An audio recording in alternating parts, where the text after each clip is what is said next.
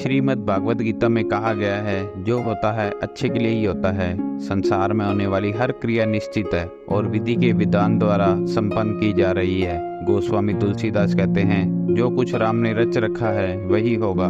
अगर उपरोक्त बातों को प्रभु श्री राम और रघुकुल वंश से जोड़ा जाए तो हर घटना होनी निश्चित थी। श्री राम का वन में जाना, देवी सीता का हरण, हनुमान जी से मिलना, रावण का वध, राम सीता का वियोग आदि। भगवान राम का जन्म ही रावण वध के उद्देश्य से हुआ था। अगर राम राजा बन जाते तो देवी सीता का हरण व रावण वध का उद्देश्य अधूरा रह जाता। इसलिए देवताओं के अनुरोध पर ही देवी सरस्वती कैकेयी की दासी मंथरा की मति फेर देती है। मंथरा आकर कैकेयी का कान भरना शुरू कर देती है कि राम अगर राजा बन गए तो कौशल्या का प्रभाव बढ़ जाएगा, इसलिए भरत को राजा बनवाने के लिए तुम्हें हट करना चाहिए। दरअसल मंथरा की जुबान से देवी सरस्वती बोल रही थी। कैकेयी ने खुद को कोप भवन में बंद कर लिया। राजा दशरथ जब कैकेयी को मनाने पहुंचे तो कैकेयी ने भरत को राजा व राम को 14 वर्ष का वनवास का वचन मांग लिया। इस तरह भगवान राम को वनवास जाना पड़ा।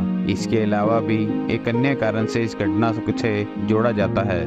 नारद मुनि के मन में एक सुंदर कन्या को देखकर विवाह की इच्छा जगी। नारद मुनि नारायण के पास पहुंचे और हरि जैसी छवि मांगी। हरि का अर्थ विष्णु भी होता है और वानर भी। भगवान ने नारद को वानर मुख दे दिया। इस कारण से नारद मुनि का विवाह नहीं हो पाया। क्रोधित होकर नारद मुनि ने भगवान विष्णु को श्राप दे दिया कि आपको भी देवी लक्ष्मी से वियोग सहना पड़ेगा और वानर की सहायता से ही आपका पुनः मिलन होगा। इस श्राप के कारण राम सीता का वियोग होना ही था और इसके लिए भगवान राम को वनवास भी जाना ही था। भगवान राम के वन गमन और 14 वर्ष के वनवास के पीछे समय भगवान श्री राम है। तुलसीदास जी ने रामचरितमानस में लिखा है, होई सोई जो राम रची राखा, अर्थात भगवान राम स्वयं ही अपनी लीला को पूरा करने के लिए वन में जाना चाहते थे, क्योंकि वन में उन्हें हनुमान जी से मिलना था, अहिल्या और शबरी का उद्धार करना था, धरती पर अधर्म का अंत कर धर्म और मर्यादा की सीख देनी थी, न्याय का झंडा ऊंचा करना था। इसलिए जन्म से पहले ही राम यह तय कर चुके थे कि